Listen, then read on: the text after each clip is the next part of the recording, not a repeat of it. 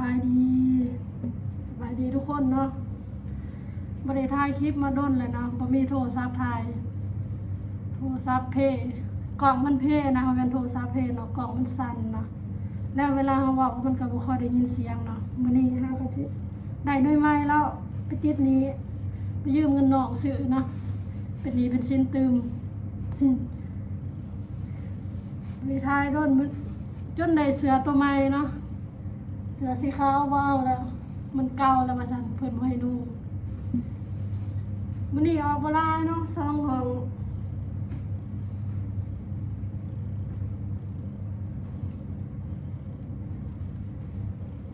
มีแต่เฮ็ดเวียกนี่แหละเนาะมือพักบ่มีเพราะว่ามื้อวานนี้เป็นมื้อพักก็บ่ได้พักเนาะมื้อนี้ก็ได้มาปกติเนาะมื้อวานมันออกหลายเลยได้มาเนาะแต่ว่ามื้อนี้มันมีมาปกติเลยได้มาเนาะ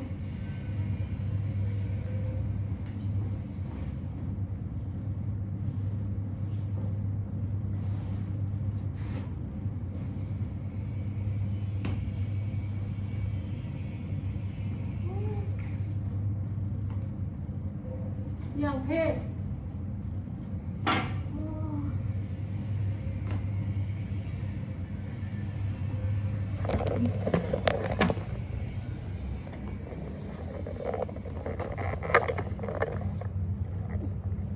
ไม่รู้คน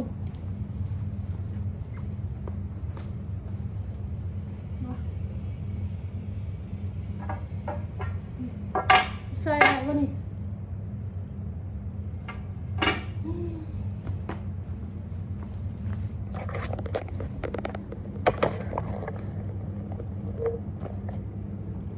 ลองเบิ่งก่อนเนาะใส่ได้นะ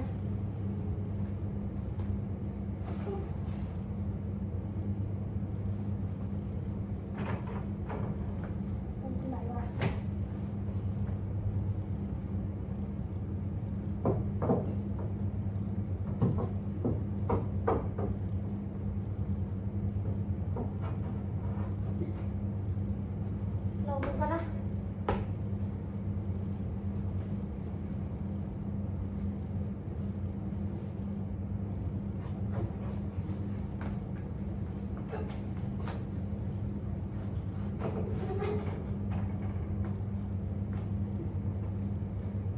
มีนพอดีนึง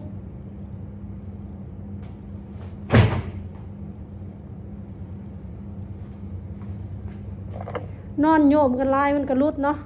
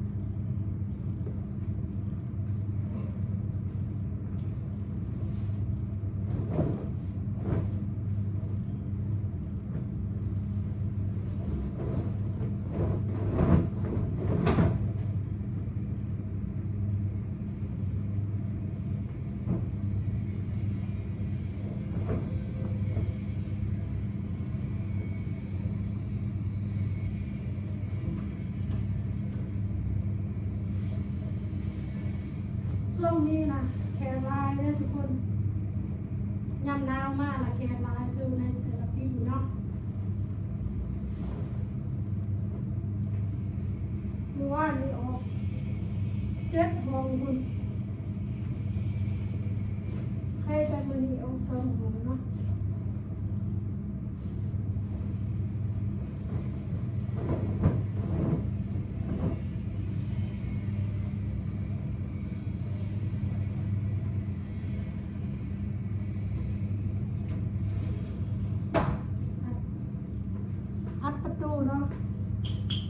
งรบกวน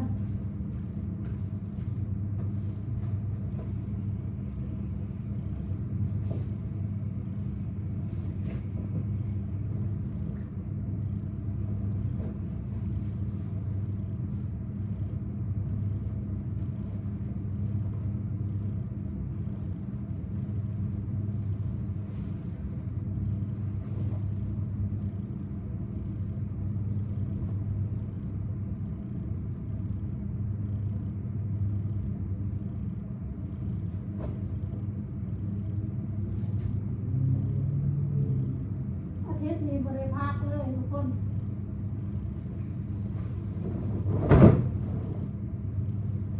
มาเอาเงินเพิ่มเนาะเงินเดือนได้น้อยเฮ็ดโอทีเอาเงินเพิ่มเอา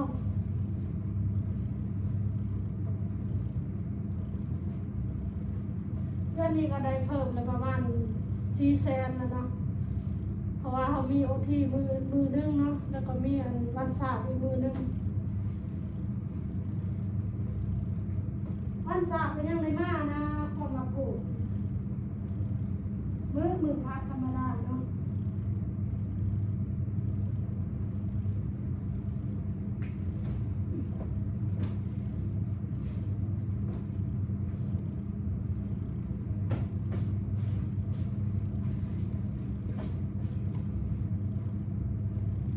มือนี้นะอาจจะได้ไปซอยอยู่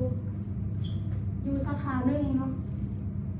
เพราะว่าเรามี2 สาขาเลยมี2 บอนเนาะมีอยู่วิลล่าเนี่ยมีอยู่ดีเลย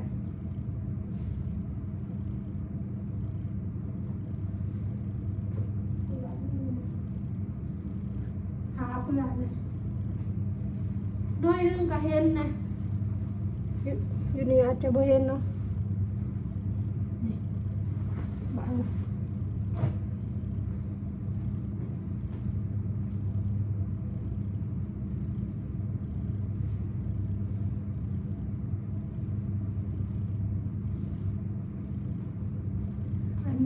เจ้าของโรงแรมเพิ่นว่าสิเอาเครื่องสแกนนิ้วมือมาติดเนาะเวลาเลยเขาสแกนนิ้วมือเขาคิดว่าเขาสิถือตัดเงินทุกเดือนแล้วย้อนมาสานะเมื่อเขาก็เมื่อไหวเด้เพราะว่าประมาณยัง10เขาก็เมื่อเลยเนาะแต่ละเทื่อเนาะคันเล่าพวกเขามาเนาะเขาเมื่อไหวคันแม่นว่า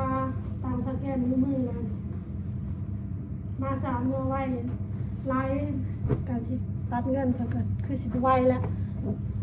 เพราะว่าเงินเดือนน้อยเดียวเนาะตัดเอาเขาเบิดตัวเป็นไรก็ตัดพนักงานเขามีแต่เท่านี้นึงเจ้าต้องแข่งขันปานนั้นก็ได้เนาะเขาว่าบ่ฮู้ว่าพวกแม่เขามีพนักงานจักคน1ผู้จัดการตอนหับ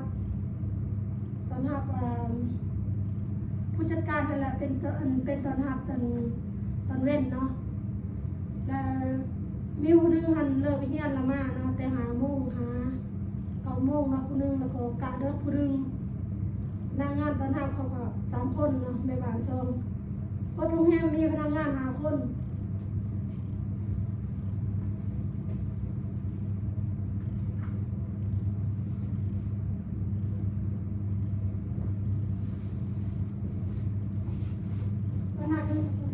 แก้มือเขาก็จำเป็นเนาะ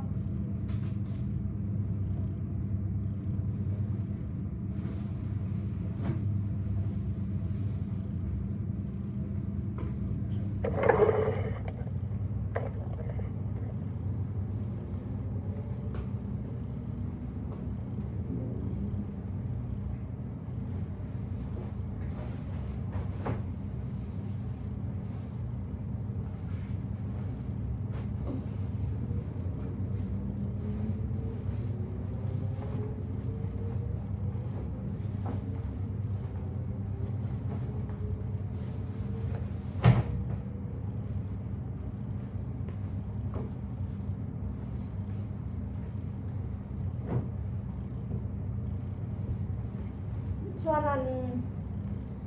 แม่บ้านคนใหม่เนาะทุกคนเราก็ขี้ลืมนะเวลา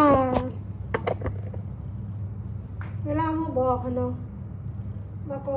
เราก็จื้อเนาะเขาต้องได้บอกหลายๆเนาะบอกหลายเทื่อบอกทุกมื้อซะเวลาที่เราล้างห้องน้ำเนี่ยเราเขาไปกวาดคืนแล้วก็ลืมน้ำลืมมีตลอดเนาะขนาดผู้พาเราก็ยังใส่บ่ถือเลยทุกคน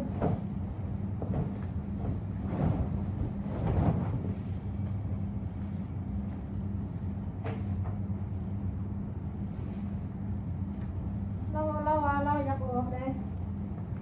แต่ว่าทุกคนครับผู้จัดการนะเนาะห้ามเราให้เราออกเนาะเพราะว่าเรามีหนี้หลายอีกอย่างเราเอาหนังสือรถนะรถ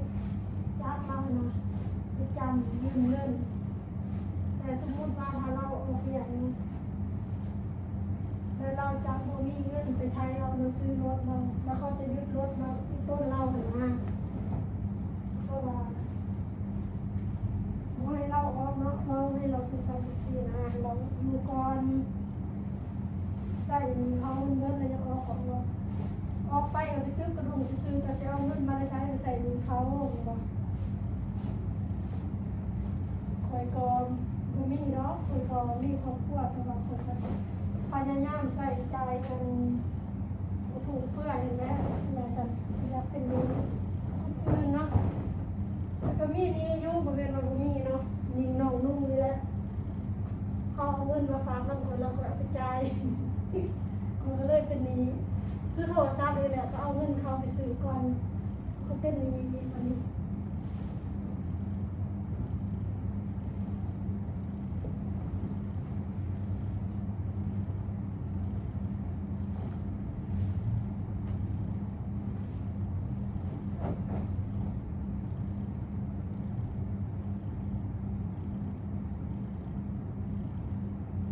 นี้เราก็ยุ่งกันกว่าเรายังทานอาหารเสาร์แข็งเนาะเพราะว่าขอขึ้นมากกว่า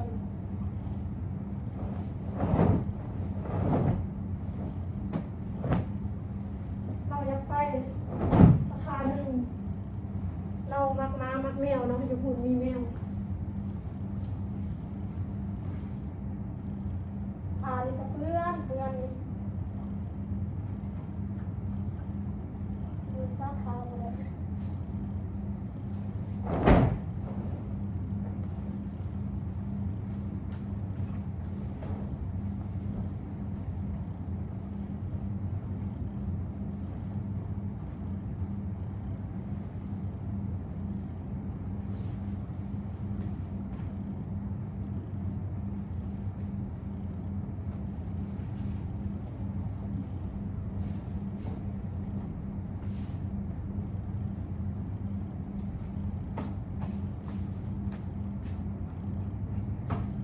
เกลือนี่เห็นไหม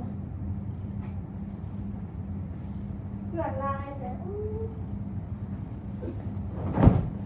เอาขาดเกลือเนาะ